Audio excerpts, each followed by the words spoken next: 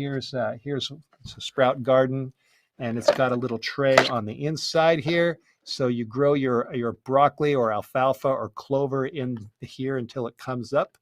And you can also you can stack these. So you can do mung on the bottom, broccoli on the top, next one, and alfalfa.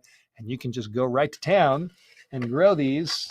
And there's all kinds of ways to do this. And that's what my course is about. It's about teaching people simple methods, and I demonstrate that so they know what to do. They know where to get their supplies.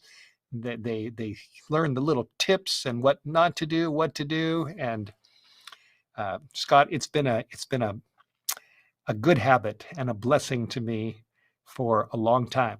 And I'm thankful for sprouts. It's about the cleanest form of food that you can eat. And yes, the expense ratio versus the benefit ratio is really off the charts. And if you get into a habit of doing this on a regular basis, you will feel a difference.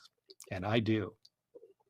This isn't like your main diet. You're not mostly eating sprouts and microgreens, right? No. Like what fraction of No, the I actual do. food Yeah. on your plate? Right. Yeah. Lots of people ask me that. You don't just live on sprouts, do you? No, I don't. I do eat other foods just like, a lot of people do. I try to be healthy about my food choices, but sprouts is in addition to my diet.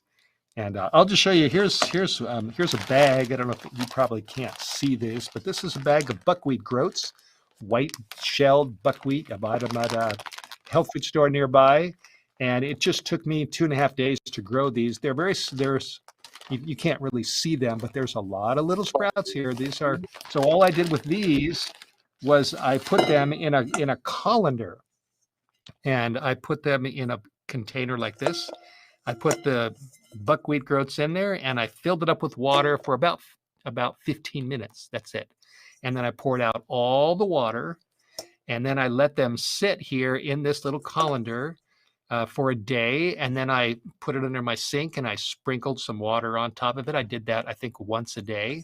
And after about 3 days, all these little buckwheat groats have all these little tails, and they're done. And so it's got a kind of a nutty taste. And what I do is I take these and I put them in my cereal, or I'll just eat it as cereal with a little maple syrup and some raspberries and blueberries, which I've got growing in my gardens right now. And it's delicious. So that's another option, is to grow buckwheat groats and make them into sprouts. So I don't know if we lost you, Scott. Oh yeah, there you are. Yeah, so cold cereal, it's great. I like doing this with sunflower seeds. I like buckwheat groats. I like lentils. And to be honest with you, during the summer months, which now we're in the end of July, I don't do a lot of sprouting or growing microgreens because my garden, I've got a big row of kale and lettuce, and I've got tomatoes. So I'm out in my garden during the spring and the summer. But once the fall comes and it gets cold or the snow comes down, I'm growing these all winter.